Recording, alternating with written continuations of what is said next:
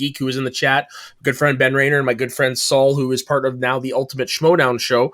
So definitely check those guys out and definitely support my other channel. And yeah, you can also find me at soda_the_saxman. My God. We ain't finished. We're not ending the stream. Oh my God. The stream is not ending. Clearly. Hello, You Mr. Rocha. cannot end a stream. We cannot end the stream. How are you doing, Mr. Rocha? How are you doing? What's up, guys? I'm sneaking out to get Krispy Kreme donuts here in America, so don't sell me out. Don't sell me out. Nope. On all defense, it's, and I quote the moron that sucks the life out of everything, CFL over NFL guy who wanted to close the stream. No, it's a shame. All right, I'm ordering my donuts. Give me 2 seconds. I'll be right back. Okay. All right. Ladies and gentlemen, tweet this out right now. John Rocha is on Schmoes of the North right now. Post-draft. Ordering food. Oh, okay. Sure. I'll take one of those. I'll take a chocolate ice with cream filling. No. The FinStock Exchange, I think, had one of the better drafts, or maybe most interesting draft of the night. Would you guys not agree? Yeah, for sure. It's at first, if you look at it on just papers, like what the hell is he doing, right? But Moneyball techniquing with actual stats it might be genius, right? He might have hit the gold mine, and Boston Red Sox hit and win everything, right? So, yeah, I can't wait to pick his brain, and I think Justin's gonna have a brain aneurysm in 2 seconds. How are you holding up, dear? I'm kind of shaking now. Welcome to what we live every week on Norton Consultations. That was us at the beginning. Yeah. Yeah. Now, I'm very excited to find out from John Rocha whether or not he or the Barbarian proofread the dossier and if JTE contributed to it at all. If there were any spelling mistakes. All right. You be good? I'm just managing. Like, you guys talk. I'm just managing something on my end. Okay. Yeah, That's all right. Thank you so much. Now, Soda, what do we think? Do we think Brother Loomis and John the Outlaw Rocha, these are two big personalities, are they going to be able to coexist in a faction? Right. Before we get to that, John, I would like to introduce you to Justine, who is a super fan of yours. Hi, Justine. How are you?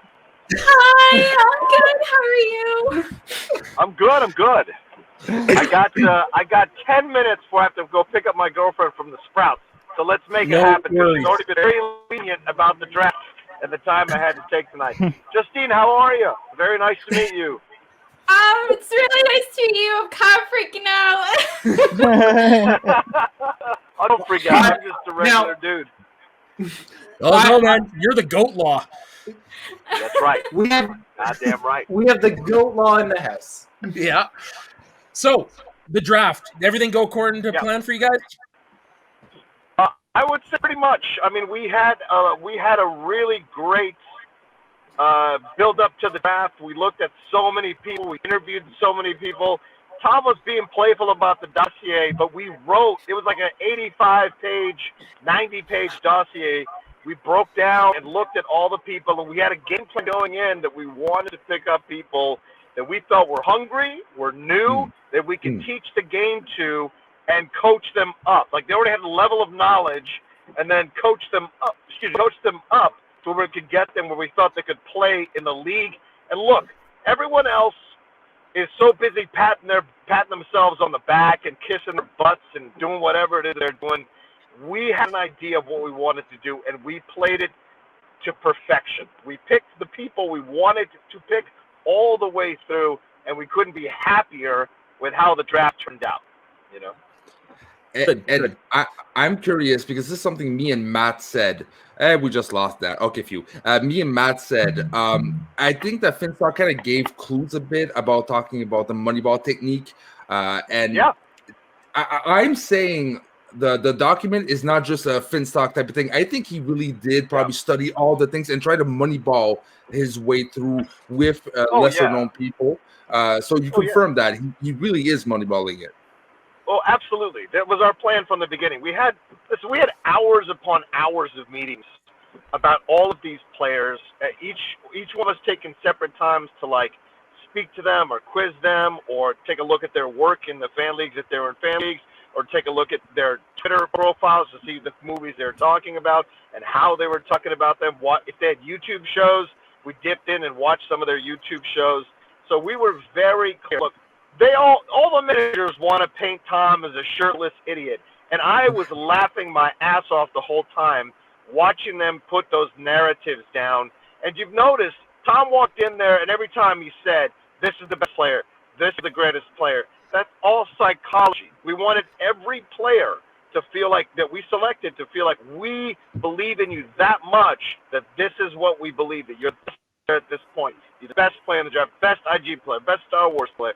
That's all to build up all our players, so in their minds they know they're coming to a faction that respects them and wants them to succeed at the highest level, and we are going to make them do so for sure. So let all the other managers make spectacles of themselves, pick players that make themselves feel good or that help their careers or their star fucking. That wasn't what we were about. We're about winning the faction title. That's the game, and winning as many belts as possible through the year. So let them say whatever they want to say. Our draft went to perfection. Yeah, what I liked about your strategy is you took what Kaiser tried to do last year, but you diversified it. Yeah, right, exactly. And I would put out there that we have a better situation lined up, a better foundation to pick the players that we picked and get them into the right frame of mind to succeed for us. You know. All right, you say that your draft went exactly how you wanted to. This time next year, do you, John Rocha, in your faction, do you guys hold all the belts in the exchange? You know what the Outlaw's always been about: all the belts, all the records. And yes, I am careful not to say that I don't believe that we are going to have all the belts, because I do believe that. I think we're going to have the IG belt, the Star Wars belt, the tag team belt, and the singles belt. And again, let them all laugh, because when it's all said and done and we have those belts and the faction title, they're all going to owe a fucking apology. And I can't wait for that to happen. So, yes, I believe that. I believe we're going to win the faction title. I believe we're going to shock the world. And we put our, well, the lack of a better term, we put our balls on the line to show people that we are swinging for the fences, and we're going to see if this works. This could blow up in our faces, but we have a sneaking suspicion that it won't. Now, I want to ask a quick question, because I know Justine probably wants to say something. Oxygen Daniel too. I just want to say, Griffin Newman. Everyone's like, "Who the fuck is that?"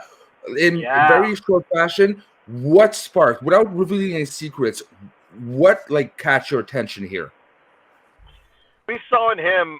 This was a guy when we interviewed him and we spoke to him. This guy like was excited to be a part of the Schmoes. He's got so much knowledge already. He's a guy that really wanted to be part of it, and we just felt like this was. We gave him quizzes. We kind of looked at all the stuff with that, and we came away super impressed by this guy. Now, was he going to be our first round pick necessarily? Maybe not. Maybe someone got taken ahead of him that we were looking at, and it shocked us, so we had to adjust on the fly. But he was at the top of a list, and so we just adapted and improvised, which is what you do in the military. That's the two things they tell you, at least the American military. You adapt and improvise. And since we're going to war, that's what we did in that first round. Once for the players we really wanted got taken, had to adjust to select Griffin. And we wanted him We just wanted him at a certain spot, and once something else happened, we felt it was the right choice then to go with him number 1. And I love that Christian and Ben are like, who's this guy? What's this all about? That's what we want. That's what we want. And that shows you the level of unpreparation that someone like Ben Bateman didn't even know who this guy was. I heard him floundering around on the stereo app with Christian because he didn't know half the people we chose. Frank Janish, who's supposed to be an analyst, is sitting there searching through his pages for the people we chose.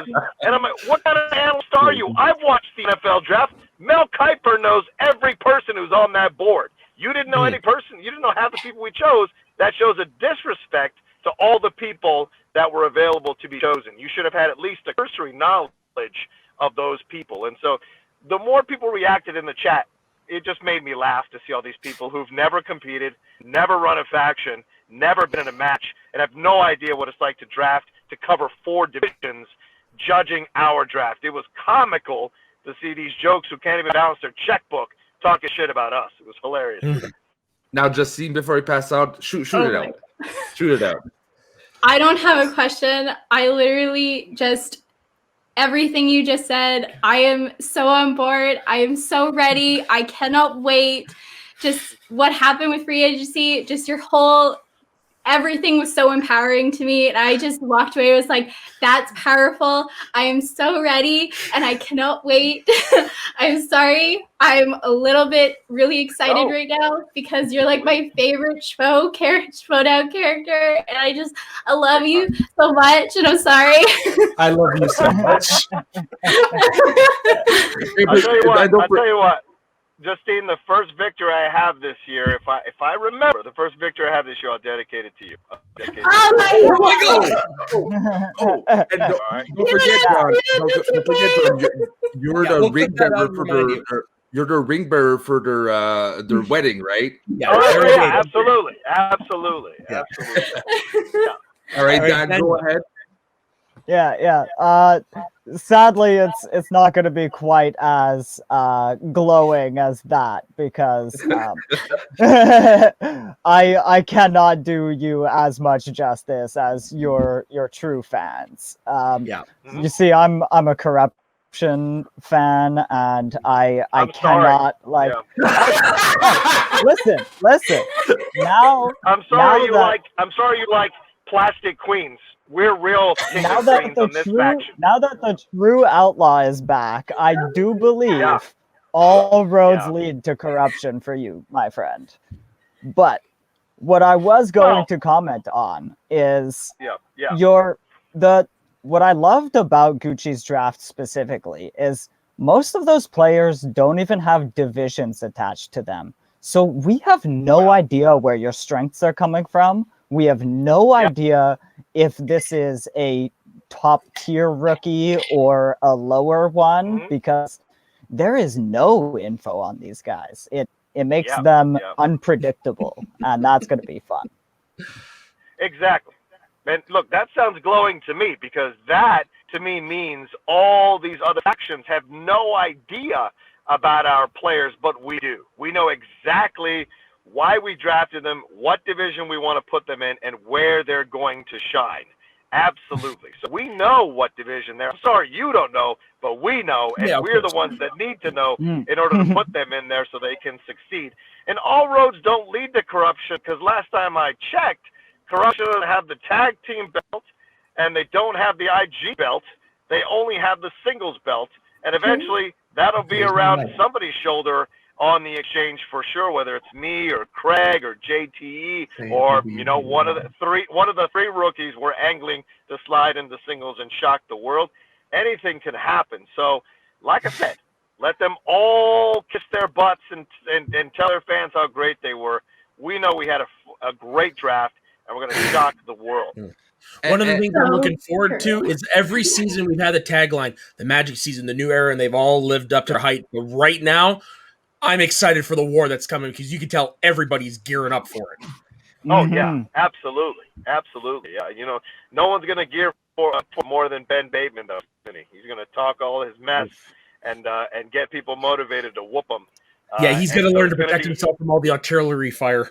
That's something we can be friends over, John, is Neither of us are Ben Bateman fans. And I'm the dungeon show, so you can. I'm about to get insulted now, but it's okay.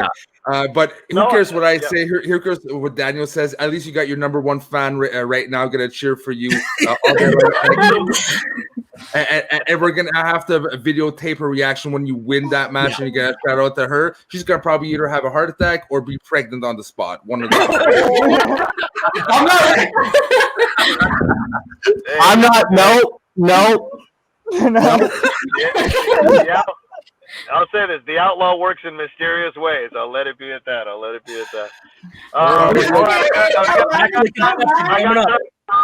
Either I gotta go or I got time for one last question. Anybody got something? If not, I gotta roll. Yeah, I got one. Okay. One last one. Okay. When you get back, and I'm saying Dan's gonna beat Collins and take his title back. When you take that title from Dan Murrell, because that's the person you want to take it from, Right. who do you want next? That's a great question. I don't know. There's anybody out, but probably Ethan. I've never beaten Ethan, and I'd love. And I came so damn close this last time, all the way into sudden death. You know, people want to shit on my season from last season, but I almost won every match except for the Collins match.